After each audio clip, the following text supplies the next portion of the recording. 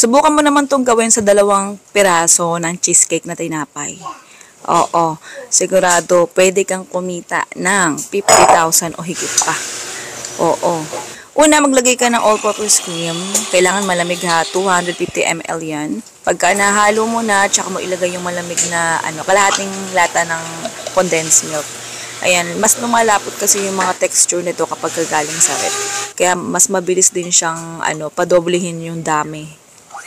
Ayan, pagka nahalo mo na ng bongga, oo.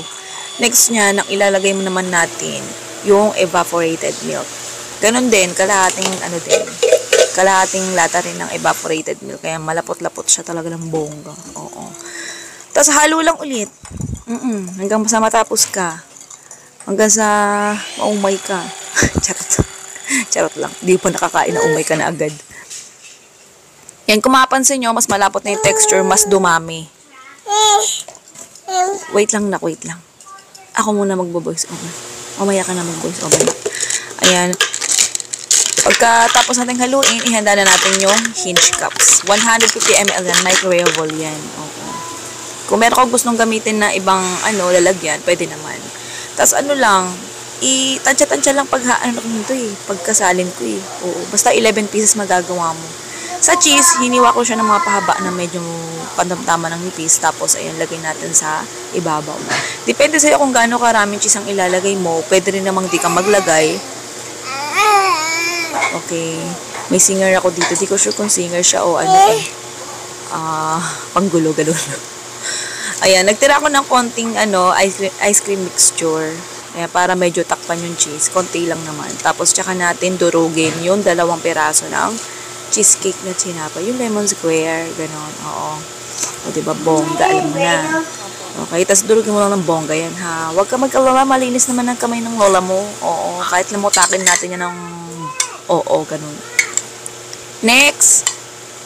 Yan, ganyan lang. Tansyan lang din.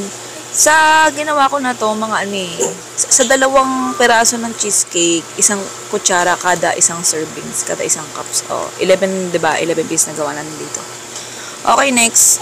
Nagtira pa ako ng konting, sige po, wait lang po. Ayan, nagtira pa ako ng konting, I love you to, ng konting cheese. Ayan, nilagay ko sa ibaw para magkaroon ng konting kulay-kulay. Oo. Ayan, tas takpan mo lang siya. Pagkatakip mo, ayan, pwede mo na siyang ilagay sa ref. Okay.